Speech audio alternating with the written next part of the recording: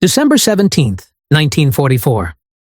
The frozen earth of the Ardennes forest crunched beneath Wehrmacht boots as German officers surveyed their latest prize. Dozens of captured American soldiers, their breath visible in the bitter Belgian morning air. Among the scattered equipment lay something that would make the German officers pause, then smirk with contempt. Small rectangular boxes stamped with unfamiliar letters. K-rations. Field rations from an army they believed to be soft, pampered by the comforts of a nation that had never known true hunger on its own soil. Oberfuhrer Klaus Dietrich picked up one of the abandoned boxes, its contents rattling softly inside. At 42, Dietrich had commanded men through 3 years of increasingly desperate warfare. His gaunt frame, like those of his subordinates, bore witness to months of dwindling supplies and shrinking rations. The German Eiserne Ration, their iron ration, had been reduced to a meager 300 grams of canned meat and 125 grams of hard bread per day. Yet here, scattered across the forest floor like discarded toys, were enemy rations that seemed almost wastefully abundant. "Look at this," Dietrich muttered to his aide. Hauptmann Werner Kruger, holding up the American K-ration box. The Americans even packaged their food like gifts. "Pretty boxes for pretty soldiers." The officers around him chuckled, a bitter sound that echoed through the pine trees. They had been told since childhood that Americans were weak, their military nothing more than a collection of factory workers and farmers playing at war. These rations seemed to confirm their prejudices, overly. Elaborate packaging for an overly pampered army. What Dietrich and his men could not have imagined was that they were holding in their hands the physical manifestation of an industrial revolution in warfare, a symbol of a nation that had fundamentally reimagined how armies could be fed. The K-ration was not merely food, it was a declaration of American industrial supremacy, designed by physiologist Ansel Keys to deliver precisely 3,000 calories per day to any soldier, anywhere in the world. Each box contained not just sustenance, but the concentrated essence of American abundance. Canned meat, processed cheese, chocolate bars, cigarettes, instant coffee, and even chewing gum. In that moment, as German officers examined these alien provisions, they unknowingly confronted the vast chasm between their own supply system and that of their enemy. The Wehrmacht's logistics had been designed for swift campaigns, lightning wars that would secure resources from conquered territories. American logistics had been designed for a different kind of conflict entirely, one that could sustain millions of men across multiple continents for years, fed from the inexhaustible production lines of Detroit, Chicago, and countless other industrial centers 6,000 miles from any battlefield. The German military had always prided itself on efficiency, on doing more with less. Their soldiers were taught to scavenge, to adapt, to make do with whatever the land could provide.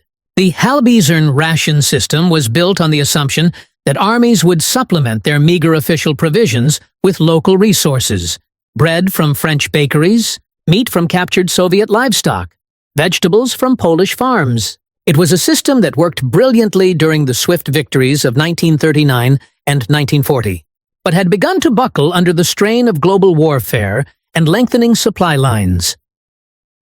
By December 1944, the contrast between German and American provisioning had become stark beyond imagination.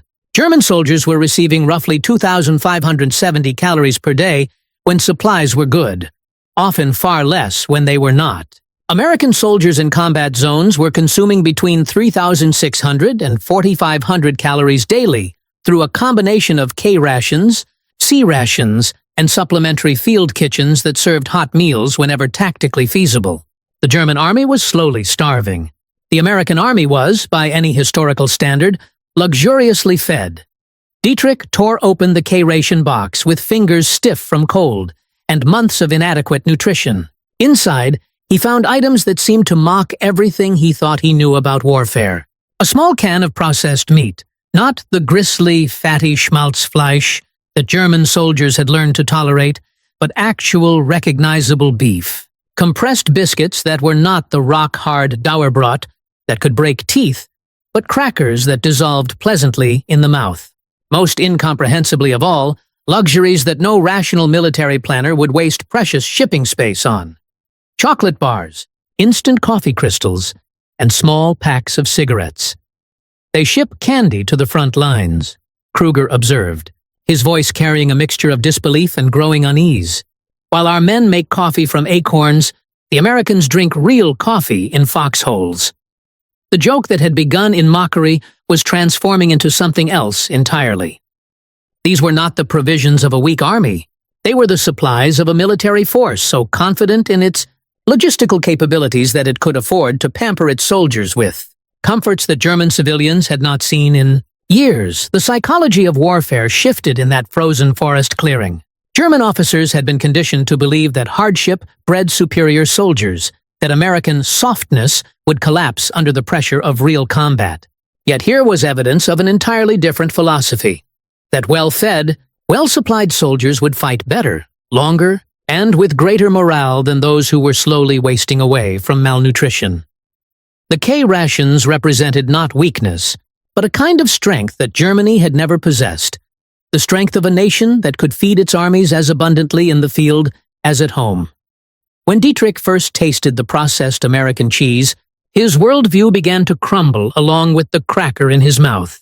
The flavor was rich, salty, satisfying in a way that German rations had not been for months.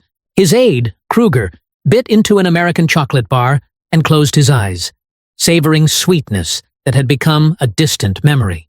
Around them, other German soldiers were conducting their own reluctant tastings, their expressions shifting from mockery to confusion, to a dawning, terrible realization.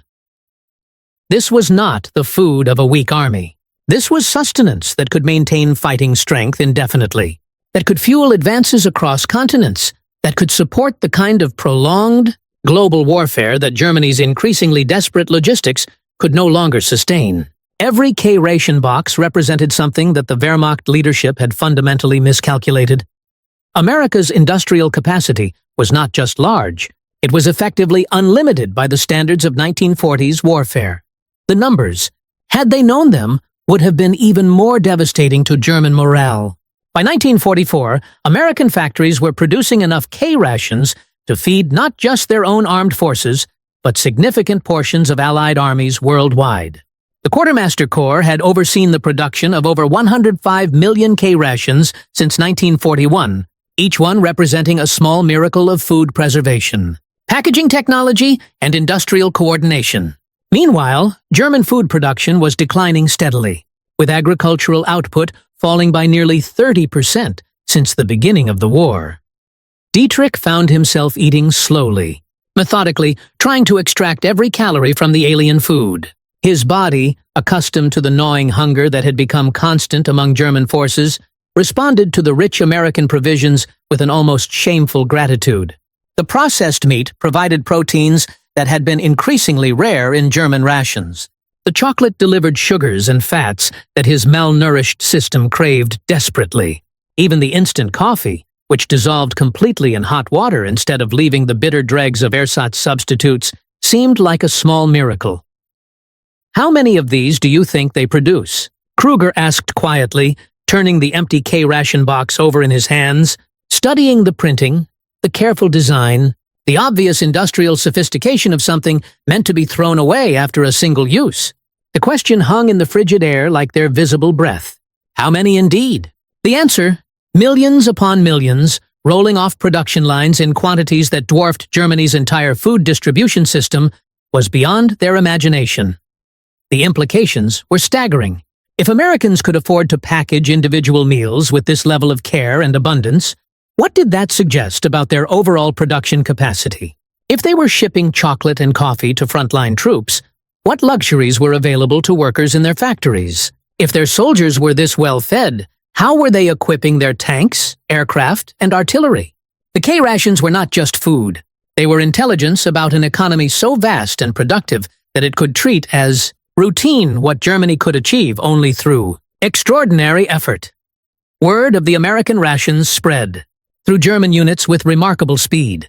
Soldiers who had been surviving on increasingly meager portions of bread, ersatz coffee, and whatever supplementary food they could scavenge, found themselves confronting evidence of an enemy force that was not just better equipped, but better fed than many German civilians. The psychological impact was profound and immediate. Armies, throughout history, had marched on their stomachs. What did it mean to face an army that marched on stomachs filled with chocolate and real coffee? The contrast became more pronounced as winter deepened.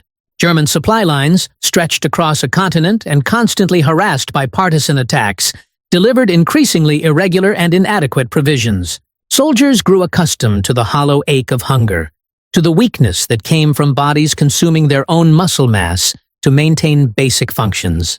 They learned to make thin soups from potato peels, to stretch small portions of meat across entire squads, to find sustenance in foods that would have been rejected as animal feed in peacetime. American forces, meanwhile, continued to receive not just adequate rations, but a variety of them. K rations for combat situations, C rations for longer-term field use, and, whenever possible, hot meals prepared by field kitchens that could produce fresh bread, hot soup, and even occasionally, fresh meat. The American military had solved the fundamental problem that had plagued armies since ancient times: how to maintain fighting strength over extended campaigns without depleting local resources or establishing vulnerable supply lines. The solution lay in American industrial capacity, but also in American agricultural abundance. The United States in 1944 was producing not just enough food to feed its own population and military, but enough to send significant portions overseas through the Lend-Lease program. American farmers, using mechanized equipment and modern agricultural techniques, were achieving yields per acre that European farmers could barely imagine. The same industrial revolution that was producing tanks and aircraft was also revolutionizing food production and preservation. German intelligence officers, when they finally began to analyze captured American provisions systematically, discovered details that should have terrified their leadership. The dates stamped on K rations revealed production schedules that suggested truly massive manufacturing capacity. The ingredients lists showed access to resources: real coffee, genuine chocolate, processed meats, that German forces could not obtain even for special occasions. Most significantly, the casual wastefulness with which American soldiers sometimes discarded partially consumed rations suggested a level of abundance that was almost incomprehensible to men who had learned to save bread.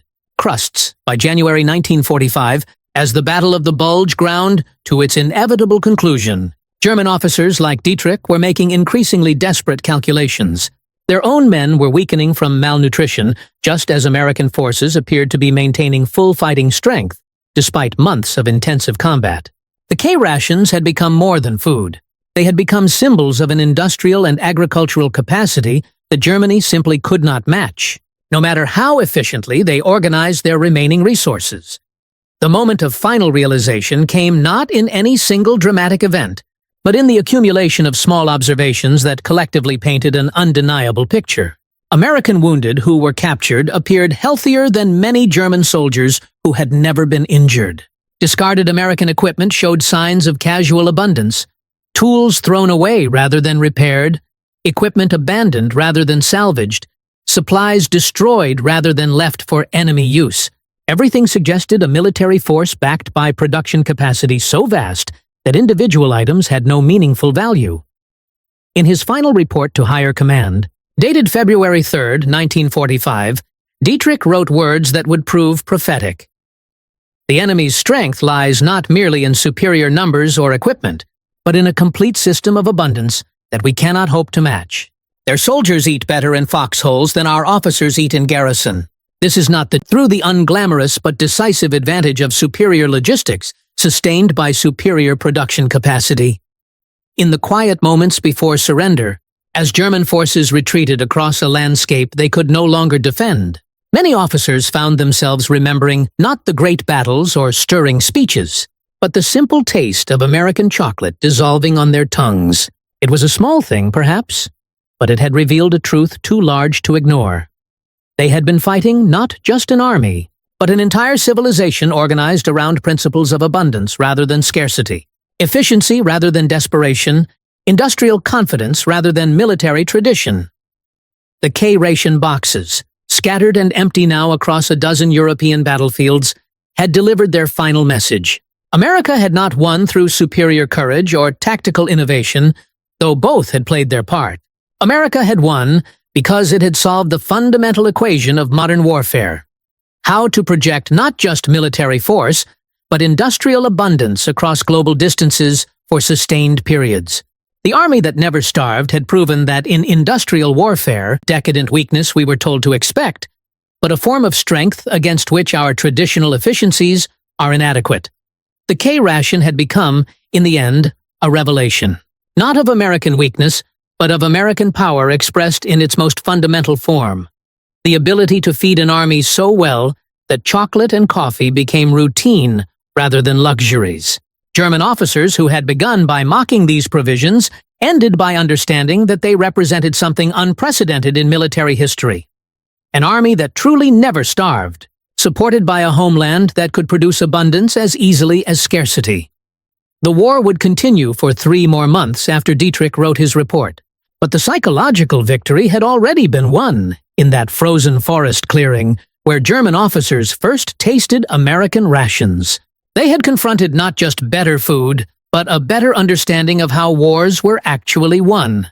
Not through superior discipline or tactical brilliance alone, but logistics were not merely support for combat operations. They were combat operations, waged in factories and farms as decisively as on battlefields. And in the end, German officers who had learned to smirk at American rations discovered that they had been mocking their own defeat, packaged in small rectangular boxes and delivered with the casual abundance of a nation that had reimagined war itself.